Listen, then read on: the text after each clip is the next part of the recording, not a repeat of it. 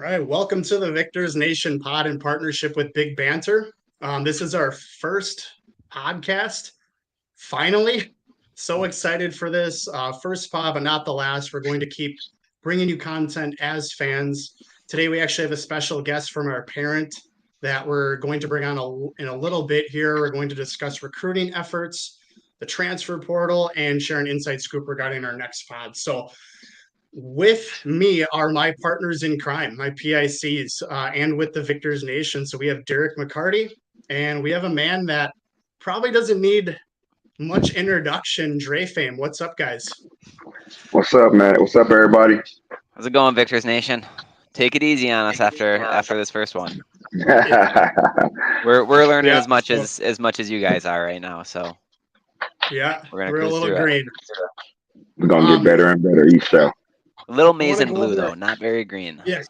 Yeah.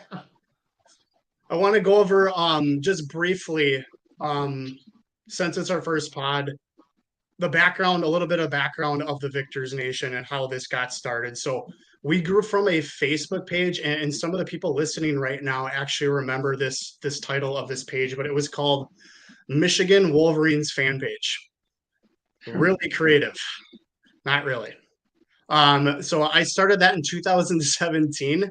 It was just for some friends to share some content, discuss Michigan athletics. And I started getting pending memberships for approval, and we currently are close to now 14,000 members.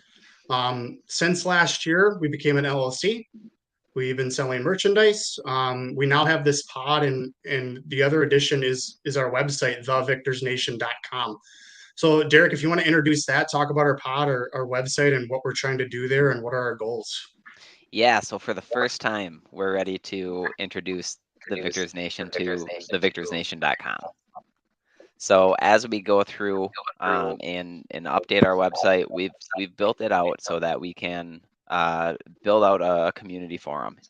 What the Victors Nation has always been for pretty much everybody out there has been a community, and what the Michigan fan page has always been connecting the community of Michigan fans, regardless of where you're located, to Michigan content, to what's going on with the Michigan world, and connecting you with each other. And Jason has some cool stories that over time we'll be able to share with everybody about some of the people that have reached out to him to really tell him what the Victors Nation has meant to them. So our website's going to be the hub for you to go to and really connect with Michigan content. We've got some really great partners that we'll introduce to you that produce content year round for every sport, and we're going to bring that content right to our homepage on our website, direct you out to their content, direct you to everything great that they produce. But join our community forum, bring your conversation that's on social media, that's everywhere, bring it all together. And we've connected with some big partners already too, just to share their articles. So we got Blue by 90, so Justin Rowe, Vaughn from Maize and Brew, Isaiah Hull from Wolverines Wire, and you can just segue right into it. Big Banter Sports, so we got signed by them mid-June. We actually have the CEO and president of Big Banter, Brant Henson, with us to talk a little bit more about that. Everybody give Grant a hand. What's going on, Welcome, Brant. Happy to be here. Awesome. Good to Brant, have can I get to go blue? I refuse to say that. For everyone, don't tune off. Brant is an Ohio State fan. It's okay. It's okay. It is Yeah, okay. Okay. We're all friends. We're all friends For here. now, we'll keep it civil. We'll see what happens. Until The hate will come. That's All right. right, the 2020s have not treated Brant very well, but that's okay because the 2000s and the 2010s were pretty rough on us. So Yes, we know how it exactly. feels. You guys, your time was coming. It had to happen eventually. Absolutely. Can't wait for another 8 years of us Yeah. It all started with you guys dodging the 2020 game, and then all downhill from there. Yeah. playing. Yeah. I can't wait till we get on and be able to really talk back and forth with you about it. it's gonna be a great show. Oh, I can't wait. Oh, that pod for sure, yeah. So Brant, just a few questions for you. What is Big Banter? So yeah, Big Banter, for you guys listening, is essentially a podcast network, a sports media network, really, that is focused on the Big Ten. And our goal, so we have one podcast covering each of the 14 Big Ten schools. Victors Nation here is our Michigan affiliates. And all the podcasts are going to do collaborations with each other in the weeks leading up to games. So, like, is your guys' first conference game Rutgers? Yep. No, it's your conference game. Yes. Yeah, so leading up to the Rutgers game, you guys will hop on a pod with our Rutgers affiliate, What's Choppin', just kind of like talk back and forth, talk some smack about the game. I know you guys are going to have no Jimmy for that game, so it should be an interesting one. No problem at all. At this point, Big Banter is just a podcast network, but we're really working to grow it into a full-blown media company. Working on developing out a website right now, which should be launching hopefully before football season. And we're super excited with everything. We just started up in May, so it's a very, very new thing. But we're super excited with all the developments that we've had so far. Awesome. So what's the main Thank goal? you for having us. Just a few goals. What's the main goal of Big Banter? Yeah, so our ultimate goal is to really grow into a full-blown media company where we can staff people full-time and really just cover the Big Ten in a unique way, almost in like a Barstool type of way is what the kind of the angle we're going at, where it's really just fans producing content for fans. So that's really our whole goal with the Big Banter Network. Awesome. So what drove like the initial, because I know you guys reached out to us via Twitter. Yeah. So what drove the vision of Big Banter to reach out all to these Big Ten, all 14 Big Ten teams for specific pods? What drove that vision? Yeah, I mean, it really started just with my passion for sports and for sports media in general. I just felt like, because I graduated from Ohio State last year, I've been working in digital marketing for about a year, and I just felt like I should start up something like fun on the side. And my real passion, as I mentioned, is just sports. So I was like, you know, why not start up, like, at least try to start up something like sports media related. And I mean, out of all sports, my number one favorite thing is Big Ten football and Big Ten basketball. You'll catch me watching every single game. So that's just kind of where the passion kind of turned into, you know, what it is today. And definitely a lot of growth, a lot of growth that happened going forward. Awesome. Brant, kind of off script here. Why didn't you just go to Michigan? I mean, easy. Two answers to this one. One, there's no way I would have been accepted because you guys are academics. They're like definitely a high standard, maybe a little higher than Ohio State. We have decently high standards at Ohio State, at least for in-state. Out of state, we kind of take anybody. Yeah, in-state it's actually a little tougher. And then two, no, just no. Are you from Ohio originally? I'm born and raised in Columbus, so I've been a Buckeye fan literally from day one, and always knew I wanted to go to Ohio State. Yeah, I can't be mad at you, man. I can't be mad at you. Yeah, it's my blood. Well, Derek, myself, I don't like it, but I understand. I get it. Yep. 100%. Dre, did you have a question? No, that was it. I was just want to give you some little chatter about Ohio State. That was all. So, if there's anything else, Brant, like what should our followers and all these other 13 teams in the Big Ten with these other pods affiliated with them, what should they know about Big Banter? They should know that our goal is to deliver you the best Big Ten content you're going to get in the form of Twitter, TikTok, Instagram. We're all over the place. So definitely go follow. And first thing you should do is make sure you're listening to the pod of your favorite team. If you're listening to this, obviously, if you're a Michigan fan, keep listening because these guys are going to crank out some good content for you guys. Yeah. Yeah, and actually a fun fact too, just going back a little bit, a huge following on our Facebook page, and these are legit Michigan fans. They're actually from Columbus, Ohio. Really? A lot. A lot of Michigan fans in Columbus because they're not. Yes, it is. They're I know, legit fans. there's definitely a few. I know of a few Michigan fans in Columbus. They stick out. That's surprising. They do stick out. There's like one of my decent friends is a Michigan fan, and then I can think of maybe like 2 or 3 other kids who went to my high school and are Michigan fans. But other than that, like it's pretty heavily OSU around here. Yeah. Okay. Well, thank you, Brant. I encourage you, Brant, to stay on and join in the conversation that we're about to have. We're going to segue in a little bit here to recruiting and the transfer portal, and talk about some specific players as well too. But thank you again, Brant. Be sure to follow again Big Banter on Twitter, Facebook, Instagram, and TikTok. Thank you very much. Recruiting. Thank you guys for having me. Thanks, Brant. Appreciate it.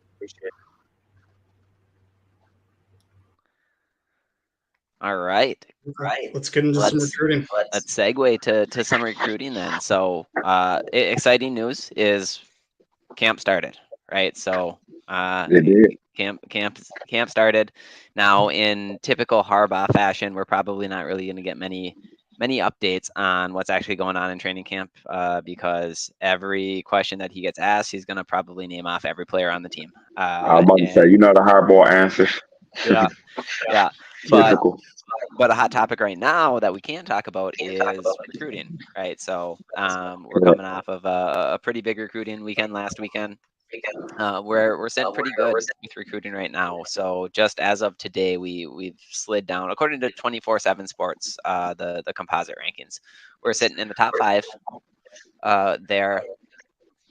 We went pretty heavy. Pretty early. We got a lot of recruits early, which is good because that tells me we got a lot of guys that we were targeting. And to this point, I trust our coaching staff. I trust the way that they're trying to build this team, the way that they're trying to grow this team.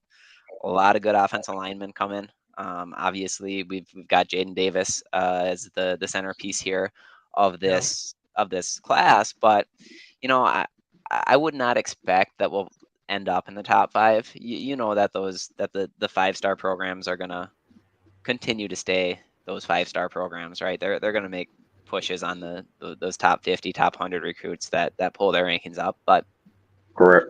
I would anticipate that we're probably going to finish in the top 10 still. I was saying top 10, around top 10.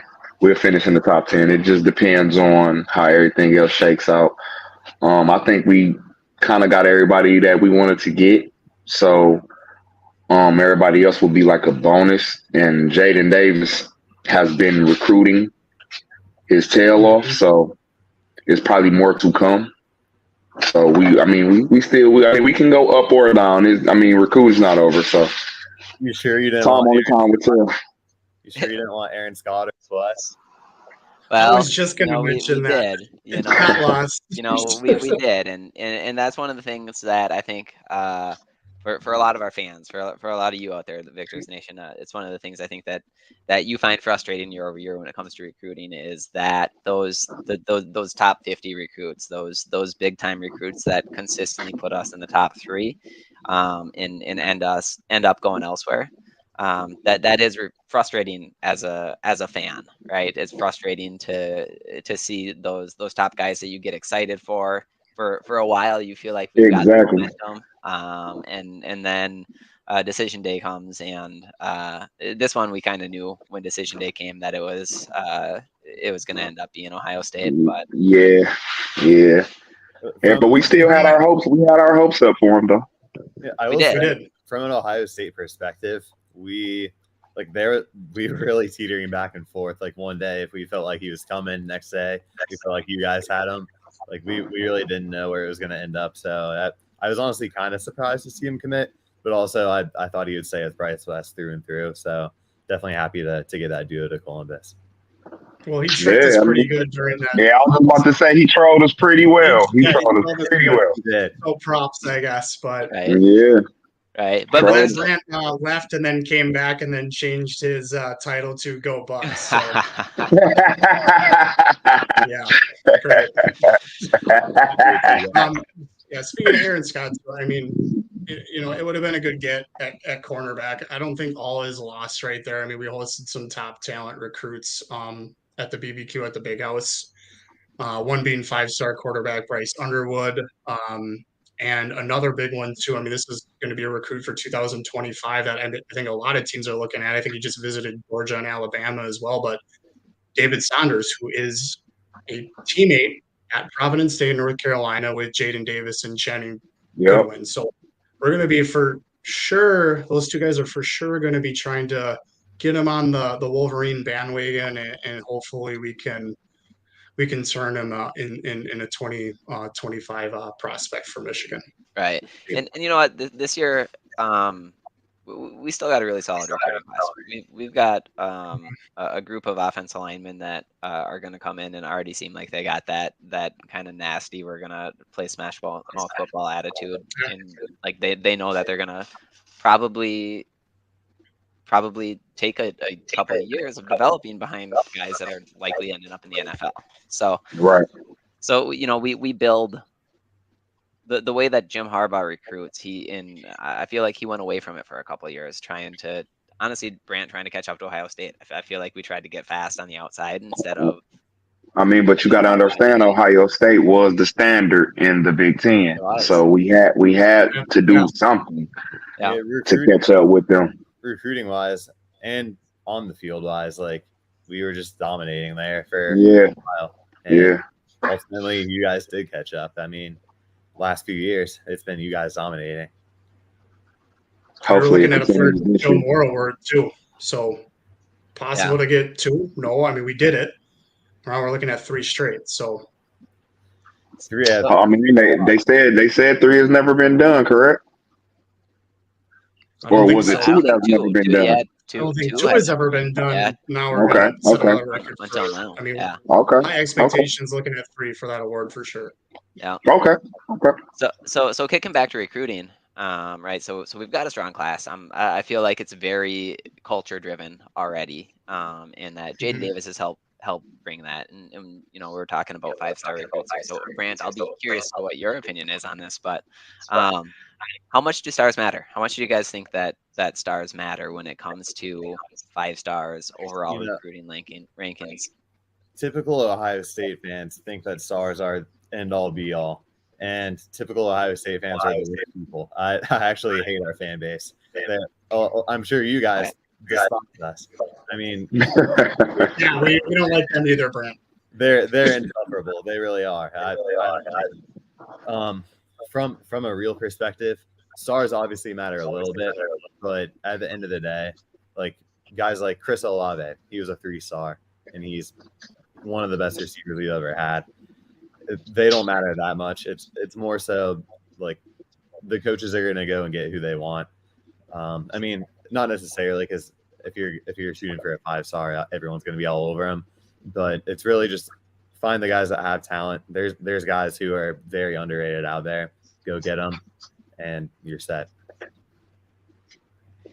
Yeah, I think that to your point, Brant, I think that there's an element of stars matter, right? So there's really been a handful of programs that have pulled in the majority of the 5-star recruits in the last 5 to 10 years, right? Especially if Alabama and Ohio State, Georgia. You just say half the SEC, basically. Essentially. Yeah. Well, to an extent, undoubtedly, but there's going to be your 5 stars who are bust left and right. Like, do I even need to say the name Derek Green? How about Shane Morris? Right. Like, it does. It does, but where they make up for it, and you see it with Ohio State, and it's the depth, right? It's when year after year you're piling up those 5-star recruits and those even the 4-stars that are a lot of times committing to Ohio State, committing to Alabama, committing to Georgia, committing to LSU. Those 4 stars span a wide range of recruiting rankings, right? So there's there's the 4 stars that are borderline 5 stars, and there's the 4 stars that are borderline 3 stars, and there might be a couple hundred players in between them as far as recruiting rankings go. So rankings only mean so much because there's, they're based off of overall skill sets. But when you're a top 100 recruited player, It's all about development. your body's pretty ready to probably be ready for the NFL in a couple of years. Your athletic ability is pretty top notch, and when 70 out of the 85 scholarships that you have on your roster are guys like that, you're going, 3 strings deeper than what some programs go, and that's where I think the rankings mean the most, is the layers of depth of just kind of elite high school talent that ends up in these programs. Yeah, well said.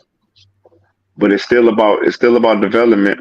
Like, I mean, they can get all 5 stars, and the coaching can be trash, and and they won't pan out to anything. You know what I'm saying? So it still depends on development. But you're not wrong when you say about the depth and everything. But I still feel like a good 3-star can still do what a 5-star can do if the coaching is correct. Right. Well, so if the recruiting is too, right? If the recruiting is too, like Quiddy Pay, I think was 3-star, right? Rod Moore was a 3-star. Exactly. 3-star that contributed as a true freshman. Yeah. We've been having a lot of from the last recent couple of years. We've been having a lot of 3 and 4 stars step up to be more than what they were supposed to be because of our development. So, like I said, I mean, we've been recruiting in the nations, in the country's eyes. We might not have been recruiting at a high clip like Alabama or Georgia or Ohio State, but when we get on the field and our development, it evens out, in my eyes at least, about the talent that we have. Because, like I said, for the last 3 years, we've been on the up and up, and I don't think we had that many 5 stars in each class that we have. Maybe 1 or 2. Will Johnson in each class. Yeah. Very true. There's definitely a fine line between the stars and the development. It's really a mixture of both. Like like a Rutgers who's getting all 3 and 2 stars is never going to be able to compete with an Alabama, no matter how bad Alabama's development is. Like if they just stop developing guys, they're still just going to be way too talented. Just way too talented. Correct. Yeah, absolutely. Like even like NIL too. I mean, are we going to see a shift with NIL with those stars and then development as well too? Like if you throw that into the mix, like, I mean, we're probably looking for guys that actually want to play football. Like who wants to be here, who wants to be a part of the culture, who wants to be a part of this winning program and play some ball. So we'll see. I mean, we're going to see maybe in the next few years if there's a transition with NIL now in the mix. Yeah, and it'll be fun, and when we get into some future podcasts, because I think culture is a big thing, right? So Michigan, so we recruit consistently top 10, right? Overall, right? So we recruit really well, and the fact that we connect on some of those under-recruited people, the Ronnie Bells of the world that nobody knew about, connecting on a guy like Rod Moore, hitting on guys that are example of development, right? Our edge rushers are always just stacked. It doesn't matter who's coming in. You know that Michigan's going to have a good pass rush all the time. So we do recruit well. Don't get me wrong. And it's Michigan men. The guys that are coming in are culture guys coming in to just love football. But maybe as of late, where we've been able to bridge the gap a little bit has been how we hit the transfer portal. So let's talk about the transfers that we've got coming in a little bit. So we had a pretty good transfer portal class that's going to be now their first year at Michigan this year. So pretty excited about a lot of the guys we've got coming in. Jason, I know that you're excited about Ernest Hausman from Nebraska. Do you want to talk about him? Yeah. So I'm going to sound a little bit like John Gruden probably here. But that's okay. Like Jack. I think we got a good one. One of the nation's top transfers if not the best out of the portal. Strong work ethic, very intelligent to read offenses, knows his role on each play. I love this guy. I cannot wait to see him on the field this year. He played as a true freshman last year with Nebraska. He registered 54 tackles. Actually had 10 tackles against us. 8 were solo with 1 sack, which was his only sack all season. We won the game pretty convincingly against Nebraska last year, so I guess I can forgive him maybe a little bit. But I'm really, really excited about this guy. But just an absolute beast to add to an already deep linebacker group. I think he's going to be a problem for a lot of opponents that will be looking out for him as far as attempting to establish a run game right off the bat. He can play in the box. He's got some speed, which should be an issue for both running and passing games. Absolutely excited about this guy. Yeah, I mean, teaming up with Junior Colson, Mike Barrett, Jimmy Rolder, right? It's gonna be a stacked linebacker group. Yeah, four deep of linebackers that are starting Yeah. linebackers, and I'm sure they're all going to get their All speed too. Yeah, and that's, as an Ohio State fan, that's what surprised me, is that front seven you guys have. It's been scary the past few years, but it's going to be just as legit this year. And yeah, our front five completely retooled. Both tackles gone, center's gone. We got our 2 guards returning, but let's hope we're clicking by November. Last game of the season. So Run the ball. If they don't have it together by then. let me ask you this. Let me ask you this though, Brent, real quick before I get into my guys in the transfer portal. Who is your quarterback, and do you have like any faith in him? Well, that's a loaded question because all throughout the offseason we thought it was going to be Kyle McCord. Like you could ask anybody, but there's been recent chatter that Devin Brown could be the guy for Ohio State. He was a freshman last year, redshirted, so he's technically still a freshman eligibility wise. But Ryan Day hasn't committed to a starter, and there's been a lot of chatter that Devin Brown's catching up and closing the gap. So it's going to be interesting to watch. Who would you prefer? I mean, I don't really know because Kyle McCord, he started like 1 game when CJ was resting, like against Akron, I think in 2021. So there's not really much film on either guy. I think it's best if we give them both a chance and just kind of see who clicks better. Okay, I just thought I'd ask. Probably want Justin Fields back. Yeah, but my guys I'm looking at in the transfer portal are 2 guys from the offensive line that we got. One that we got, Miles Hinton from Stanford. He is going to compete. I don't think he's going to be too much of a starter. I think he's going to be like a rotational guy. His pro football focus grade last year was 61.6, and that was like one of the highest grades. He had an injury last year, so he really didn't play too much.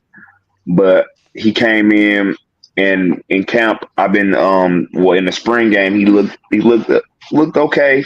So I got a feeling he'll be one of those guys we keep in rotation, like a Trente Jones and Kirsten Barhart. Yeah. So look out for him. And then my other guy is the Arizona State University transfer, Ladarius Henderson. He was a 4-star. He had a broke bone in his hand last year as well. He didn't really play too much, but he was a captain, and he will be competing for a tackle spot. I think he will be a starter.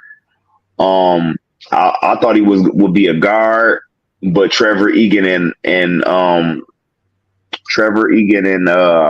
Zach Zinner stayed, so they're going to fulfill that role. So he got a spot to be a tackle at Michigan. So I think he's going to be a starter. I think he's going to be a starter, and I think they're going to plug and play him like they did Oluwatimi last year at the center position. So those are my 2 guys I'm looking out for. Yeah, showing some love for the big guys. Drake Nugent too, also coming in. Transfer from Stanford. So we talked about being 4 deep at linebacker with starters. We might go 10 deep on offensive line with starting caliber Yes. offensive line. Yes.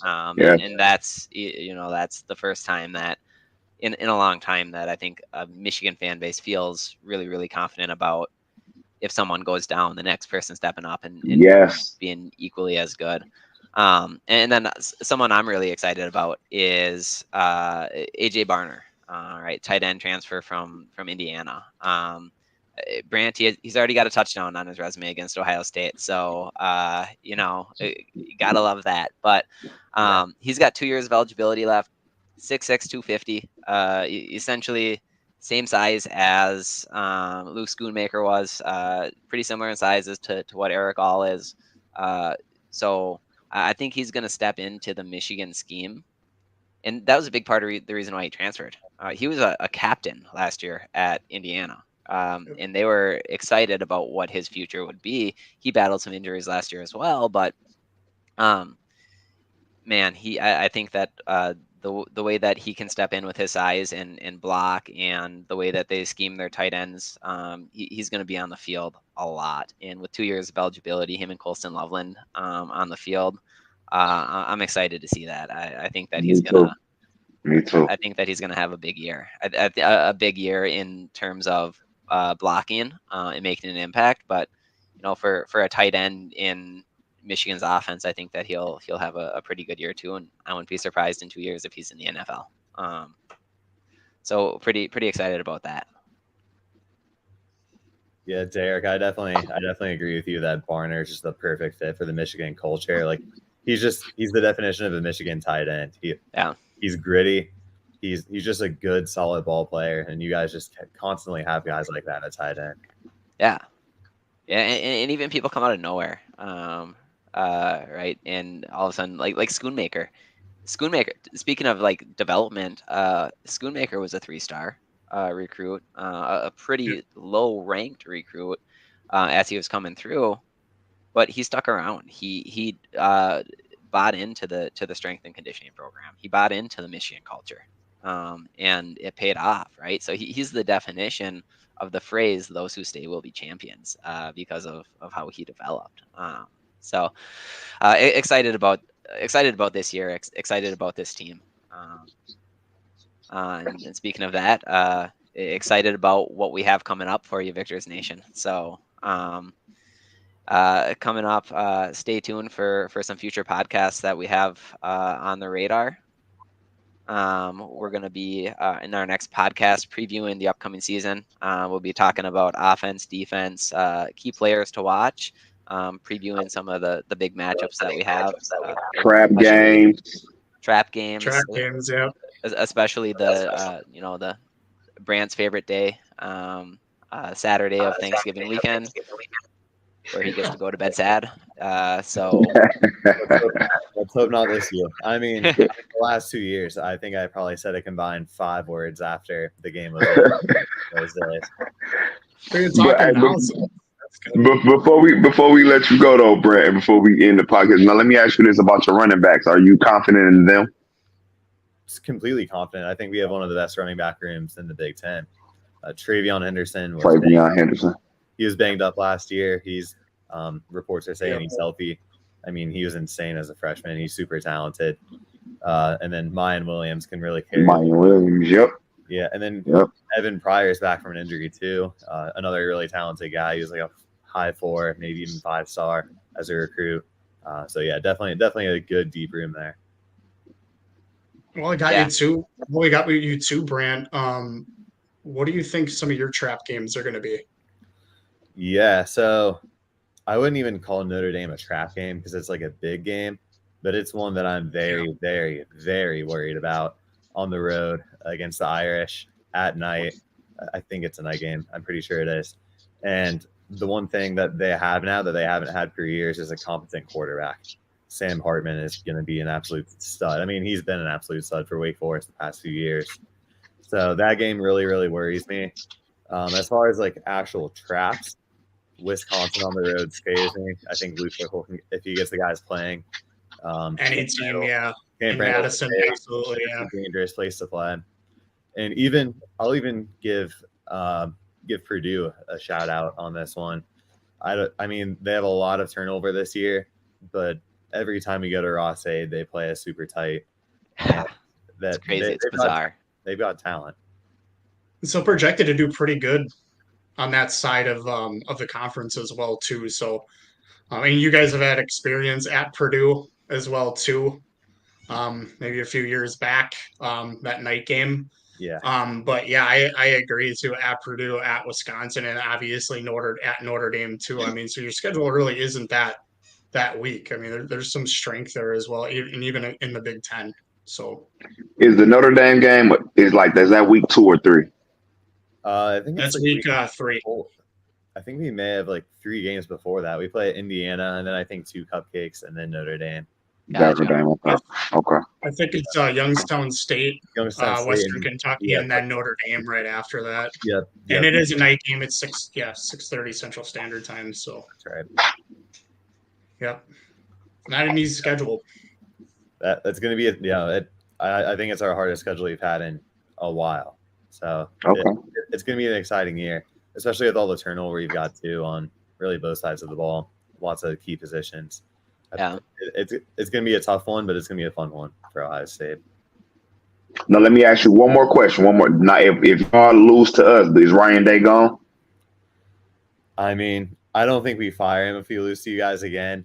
I think we're kind of expected to lose that game this year at this point, just because of what you guys have done the past 2 years, with it being on the road, with you guys returning a lot more than we're returning. I think it's kind of the expectation that the fan base is going to be in an absolute uproar if we do lose that game. Yeah. And I don't think Ryan Day gets fired, especially if we have 1 or 2 losses. Like you can't justify firing him. But I think he inches significantly closer to the hot seat. Yeah. You have Okay. to see what bowl game you make, or if you do still make, like last year, you got sneaked into the college football playoff as well too. And yeah, guess we'll see after that. Only time will tell. Yes. For sure.